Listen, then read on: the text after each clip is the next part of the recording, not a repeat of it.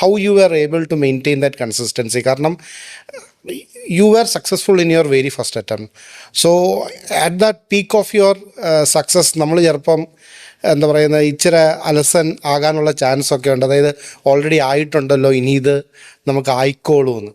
എങ്ങനായിരുന്നു ആ ഒരു tempo maintain ചെയ്തത്? എനിക്ക് സാർ ഇത് പറഞ്ഞപ്പോൾ എനിക്ക് ഓർമ്മ വരുന്നത്, ഞാൻ സാറിന് വാട്സാപ്പിൽ അയച്ചുകൊണ്ടിരിക്കുന്നുണ്ടായിരുന്നു ഓരോ ഞാൻ എഴുതിയ ടെസ്റ്റുകൾ. ഇത് പക്ഷെ കുറച്ച് ദിവസത്തേക്ക് റെസ്പോൺസ് ഉണ്ടായിരുന്നില്ല, സാർ സീൻ പോലും ആയിരുന്നില്ല.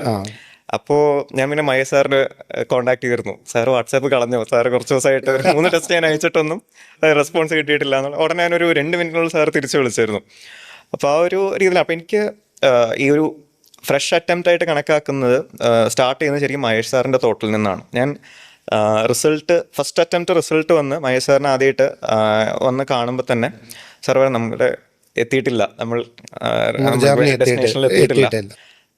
പക്ഷെ ഒരു കാര്യം വച്ചേക്കുക, റിസൾട്ട് കിട്ടി 169 വന്ന വിനീത് ഓൾറെഡി മസൂരിക്ക് ഫൗണ്ടേഷന് പോയി. ആ വിനീത് ഇവിടെ ഇല്ല. ഇവിടെ ഫസ്റ്റ് അറ്റംപ്റ്റിൽ തോറ്റ വേറൊരു വിനീതാണ് ഇവിടെ ഉള്ളൂ. വേണ്ട സർവീസ് ഒന്നും കിട്ടാതിരിക്കുന്ന വിനീതാണ്. ആ വിനീത് ആദ്യം തൊട്ട് UPSC പ്രത്യേകിച്ച് ആനുകൂല്യമൊന്നും തരാൻ പോകുന്നില്ല, അതേ പ്രോസസ്സ് കണ്ടിന്യൂ ചെയ്യണം എന്നുള്ള സാറാണ് ആദ്യമായിട്ട് പറയുന്നത്. ആ തോട്ട് പ്രോസസ്സാണ് ഞാൻ ആദ്യമേ തന്നെ ഇംബൈബ് ചെയ്തത്. അതിനുശേഷം സെക്കൻഡ് അറ്റംപ്റ്റ് പ്രിലിംസ് കൊടുക്കാൻ പോകുമ്പോൾ തൊട്ട് ആ പോളിസി ആയിരുന്നു എനിക്കുണ്ടായിരുന്നത്. ഫസ്റ്റ് അറ്റംപ്റ്റ് റിസൾട്ട് വന്നു എന്നുള്ളതൊക്കെ സെപ്പറേറ്റ് ആയിട്ട് ഞാൻ വെച്ചിരുന്നു. അതല്ലാതെ ഞാൻ കൊടുക്കുന്നത് ഫ്രഷ് അറ്റംപ്റ്റ് ആണ്. അതുകൊണ്ട് തന്നെ ഏതൊരു ഡെയിലി ടെസ്റ്റ് തൊട്ട് നമ്മുടെ ഇവിടുത്തെ ലാസ്റ്റ് ലാബ് സെഷൻസ് തന്നെയാണെങ്കിലും ഡെയിലി ഞാൻ നേരിട്ട് ഇവിടെ വരും, എഴുതും.